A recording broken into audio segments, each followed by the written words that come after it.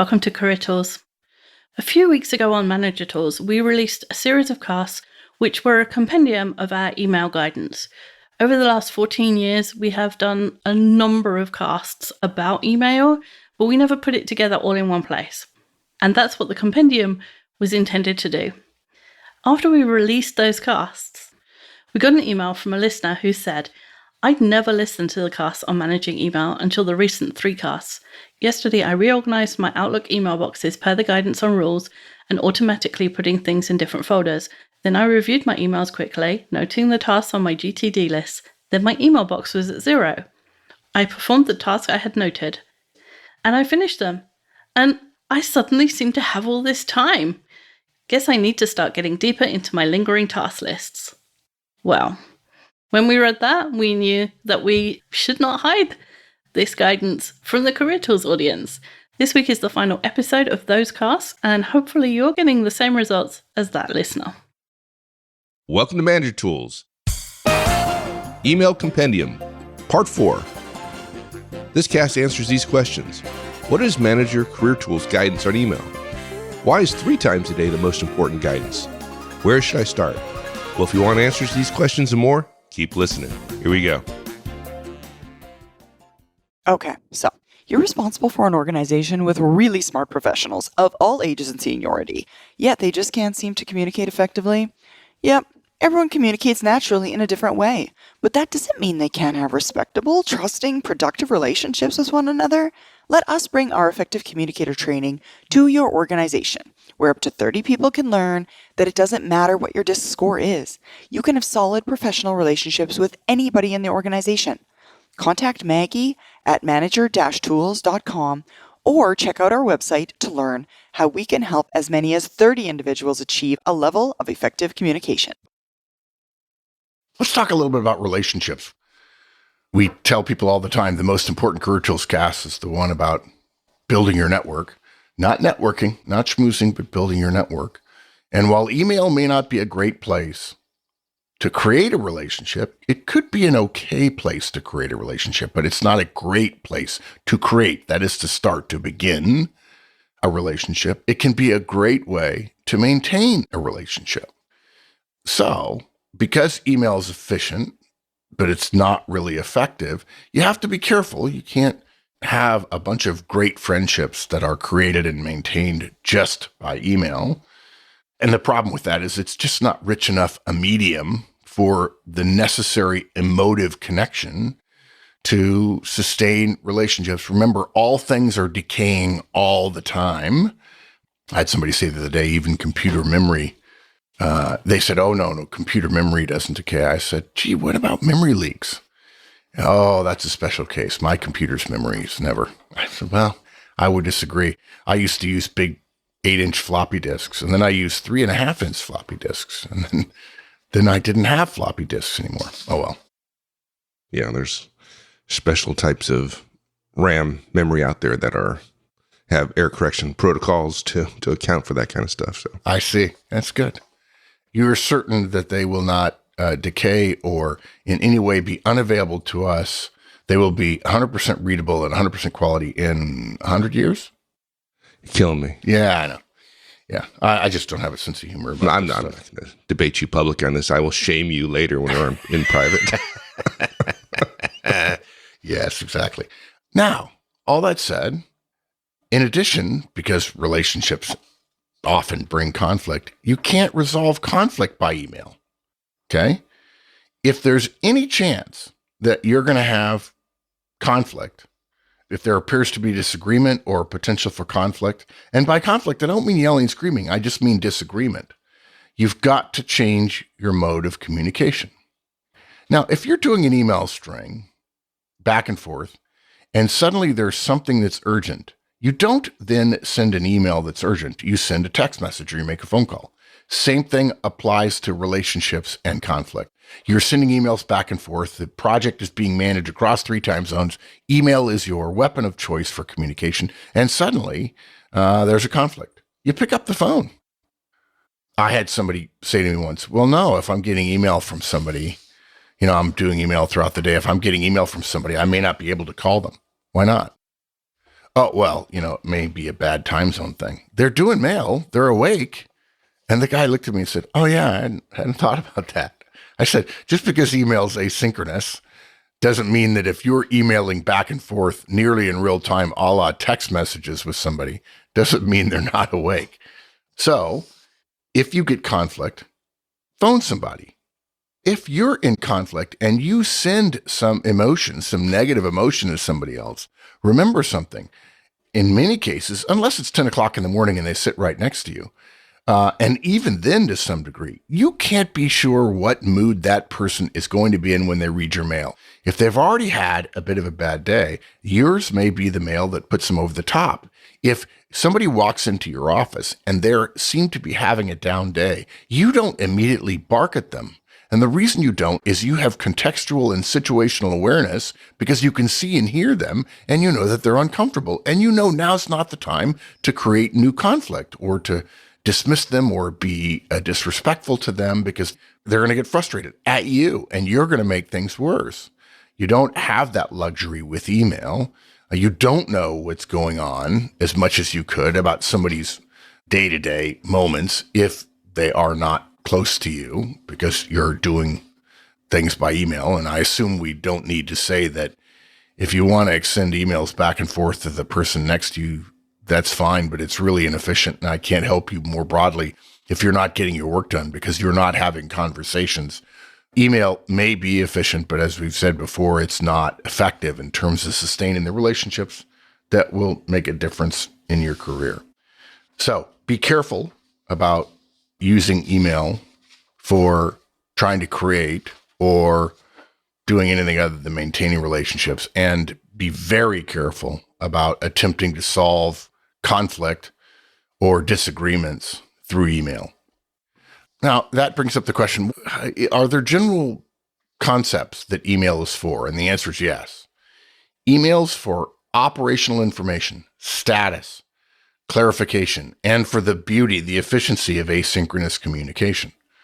Now, of course, one of the problems with email is people weren't good communicators to begin with, and then we gave them a technique that would make them more efficient at being not good.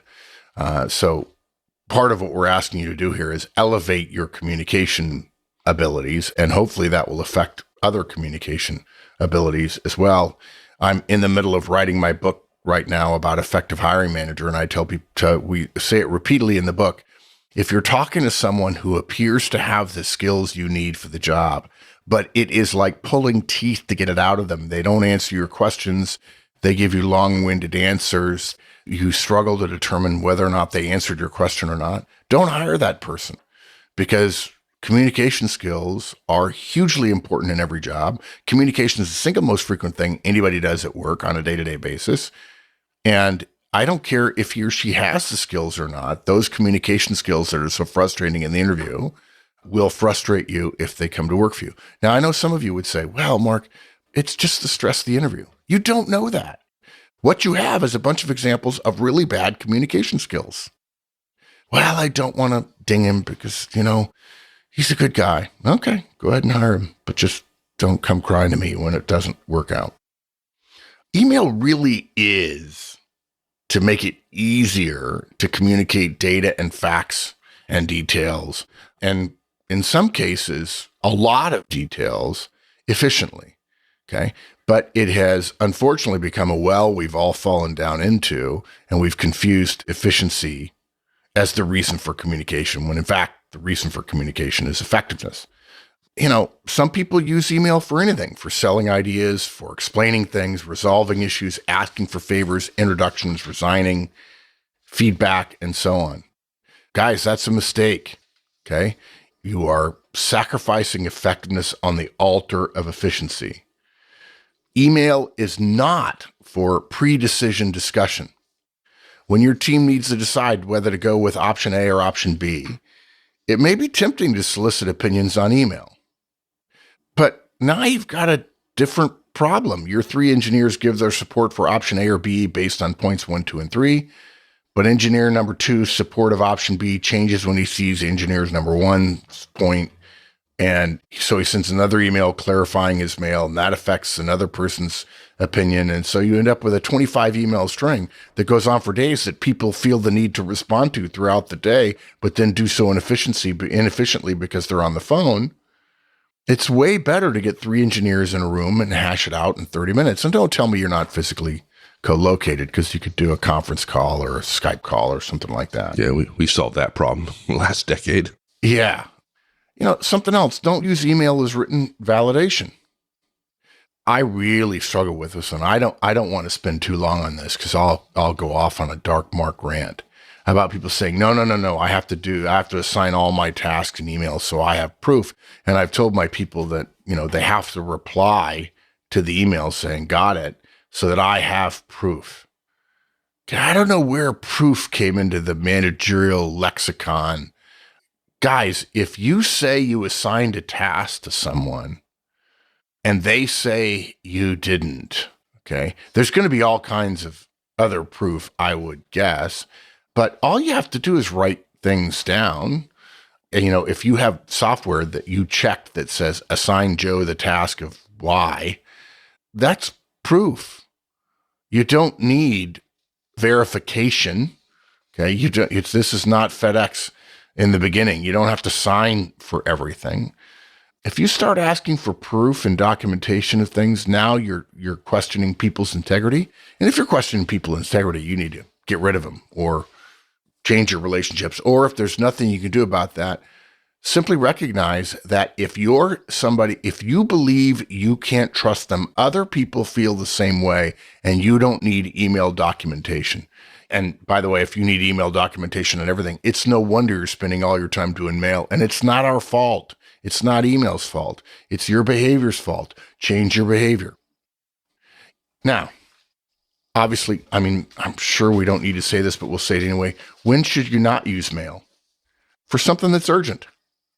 And you'd say, well, they're on a different time zone. And so that's, I've got to let them know it's urgent. It's urgent in that when they first get up, I need them to look at it. Well, actually, you can send a text message if it's truly, truly urgent, or you can call them on the phone.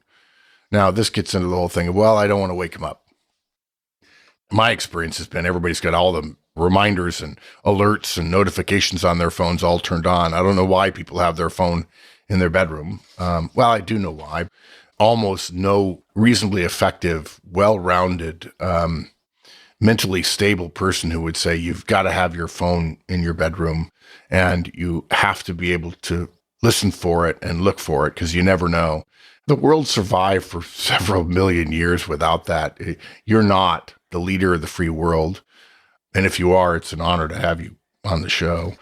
And what you do is not that important. And yes, I know you have an alarm on your phone, but you also can buy a pretty cheap alarm clock. Your phone should not be demoted to being an alarm clock just so that you can have it handy. And if the first thing you do when you get up in the morning is reach for your phone, you have an entirely different problem other than email. Yes, email is easy to use, but when things are urgent, you don't choose the easiest method to address it. You choose the best method to address it. Another thing we don't do in email is bad news. You're fired. Yeah. Oh, look, I remember 4 or 5 years ago, I want to say it was an American fast food company that terminated a bunch of people by text message. It's just amazingly bad. Again, let's go back to communication basics. What's your message and what's your medium? And those two things affect one another. Why would we choose the most efficient medium in the world, email, to deliver the hardest message, right? Communication is what the listener does, not what the speaker says or writes. If it's reasonable to assume that fear or anger or sadness is a likely outcome of your message, email is the worst choice because it has the highest likelihood of being misunderstood. How many times have we said on the show, anybody who ever sent a mail that was completely and utterly benign in your heart and your mind and your soul and have somebody lose their mind over it? If you say something that has no negativity in it at all, face-to-face with someone whom you know, there's no way they're going to draw a terribly negative conclusion from it. But email, it happens all the time. And the reason for that is it takes away all of your behavioral communication tools and cues that help the other person understand the context of what you're saying. Okay? Another thing you don't use email for, following up. If you've already sent one email and you didn't get what you were expecting, why would you do the same thing over again? Okay?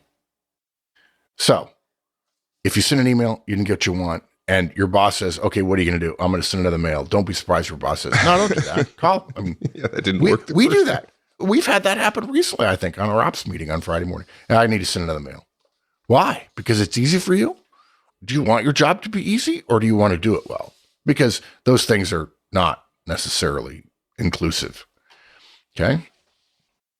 If somebody has said they will do something, and they said verbally, I mentioned this earlier after a fashion, but I'm going to say it differently because it's a reason not to use it. It's one of the places you don't use mail. If somebody has said, yes, I'll do something, how dare you send a mail saying, hey, I need that in writing, or hey, I'm just verifying that you agreed to do this on this date by this time.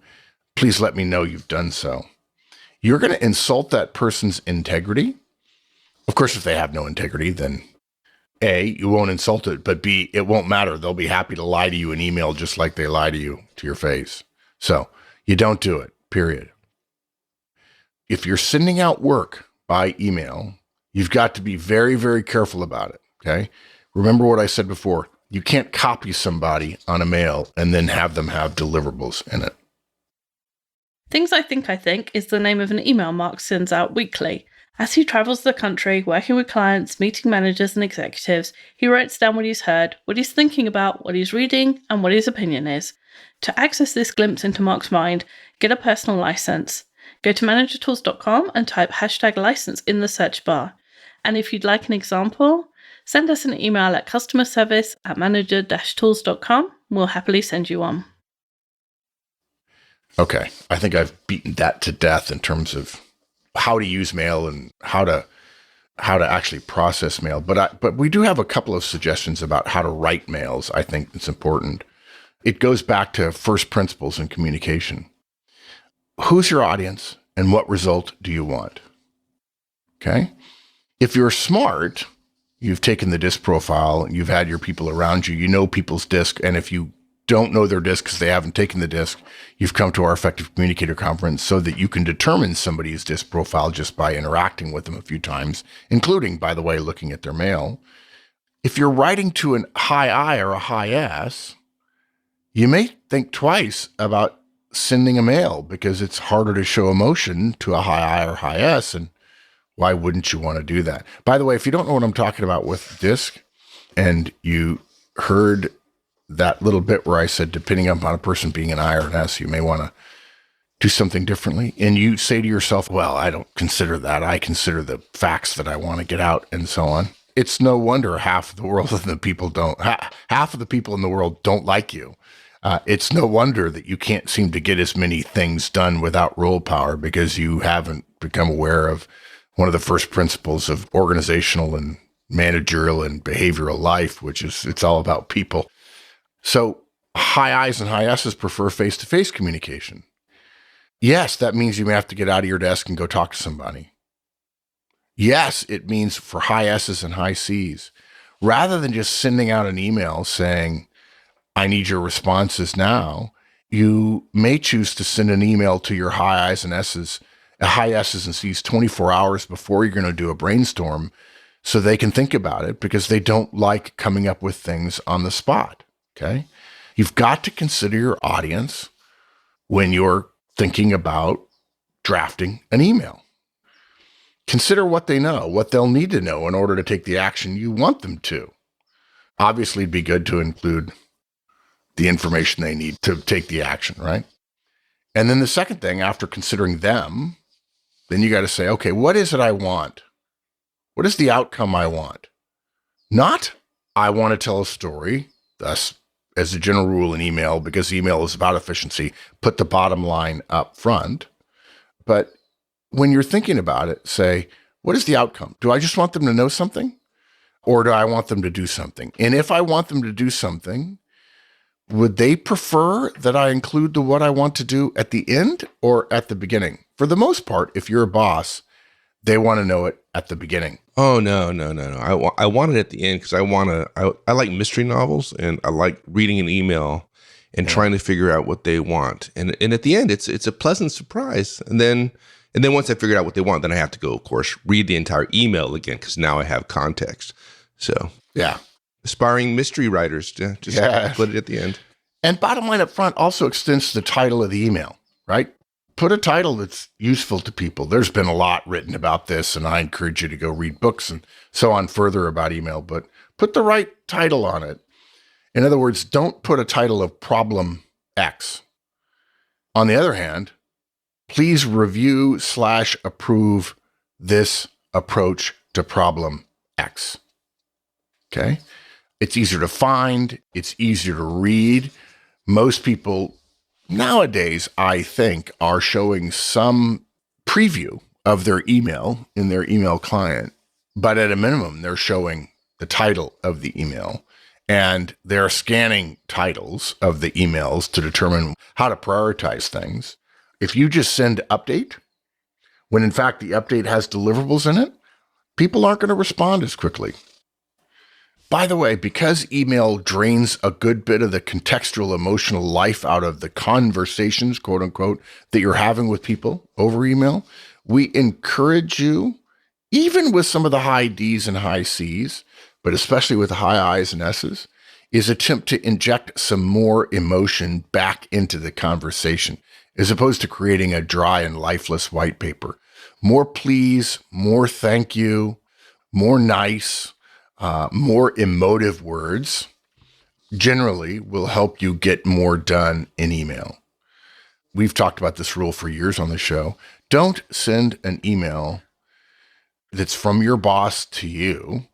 Don't forward it to your directs and say FYI, because they don't know what you know at your level. And so therefore, when you forward a mail, you're obligated to say, hey, this is what this means for us. Please read the email below. There are a couple of points that are worth expanding on. Don't stress on it. It would take me too long to write it. We'll cover it briefly during our staff meeting this week. Don't just forward emails to your directs. Again, they don't have your context. That's why there's a rule. Managers are not communicated to. We are communicated through. Whenever you find out something from your boss, if your boss doesn't embargo it, you're obligated to share it with people. When people complain all the time, I don't know what's going on at the top, it's because the levels between them and the top haven't communicated what they know. And everybody says they're too busy to do this, but man, Horstman's second, after it's all about people, the second law is more communication is better. By the way, in subject lines, use no action required or no need to open, so that I know that the subject line of the email is all I need to read. If you're sending a monthly status report, label it monthly status report. That way, the email software of the people receiving it, if they're smart, puts it in the monthly status report folder. And the monthly status report may come out at 10 a.m., but it probably doesn't have breaking news on the level of CNN in it. And probably many of the people who are getting it provided input to it and so know roughly and worked on it for the previous month, so they know roughly what it is. So they're probably not going to look at it till the end of the day. So make it easier for their email client to notify that that's the monthly status report. And then other emails about the monthly status report, which is essentially about work that's already done. It would be good to put those in the same folder with the same priority and urgency as the originating document. You could put DNR, which sounds terrible, do not respond versus do not resuscitate, right? If you're going to cancel a meeting, just put staff meeting canceled, DNR. The same thing for EOM, Echo Oscar Mike, end of message. Meeting canceled today, end of message. I would also mention bottom line up front again. The most important information needs to be in the first paragraph of the email. All right. Subject. Here's an email. Subject. Please review and approve this approach to problem X. Okay? And then it says, our customers are erroneously getting emails indicating the end of their subscription. They can read the subject line and they know what they're expected to do. They can read the first paragraph and they know what the proposal is. If that's enough for them to feel confident in approving it, they don't need to go any further. And in that case, you could send back go or approved or I agree, something like that. And it's done. It's literally that simple. Cool. I think that's it, right? You want to summarize this whole thing? Is there a way to summarize it? It's a lot of stuff encompassing about 20 or 30 podcasts. So yeah, describe the universe, be specific, give 2 examples. Exactly. So look, email is a necessary evil. It will become less evil and actually can become your friend if you will simply manage it aggressively. That means scheduling time for it each day and don't do email outside of that time. You can check for urgency or your boss, but other than that, no. You're free of email anxiety. You don't have to worry about the email culture. You don't have to worry about missing a mail.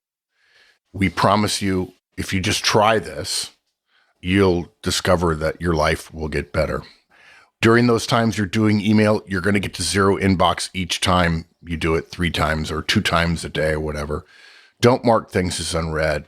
See it as an assassin task where you're going to kill that mail. You're either going to answer it, you're going to create a task or deliverable and tell people you're going to do it, or you're going to file it, or you're going to delete it. Create your task list. Email is a form of task and deliverable communication, but it is not a place and time to do the tasks that are in the mail. You can use so much technology to help you. Be careful about email's effect on relationships. Yes, you can maintain a relationship, but you can't create one. And it can certainly damage a relationship when you think that email is an opportunity to communicate around conflict. Don't use email for urgent matters or bad news, or for following up after an email has already occurred. Become a professional about managing the deliverables that occur in email. And then remember, if you're writing emails, what result do I want? Who's my audience and what result do I want? If you do all these things, you will wrestle email into a corner of your life. It will be useful and you will get over your anxiety. And I encourage you to write to customer service at manager-tools.com and tell us your story, because we've heard them over the years and we'd be happy to share them with the rest of the audience. All right. Thank you, my friend. Anytime, partner. Thanks, everyone. That's it. Hope you enjoyed it. We'll see you all next week. In the meantime, have a great one. So long.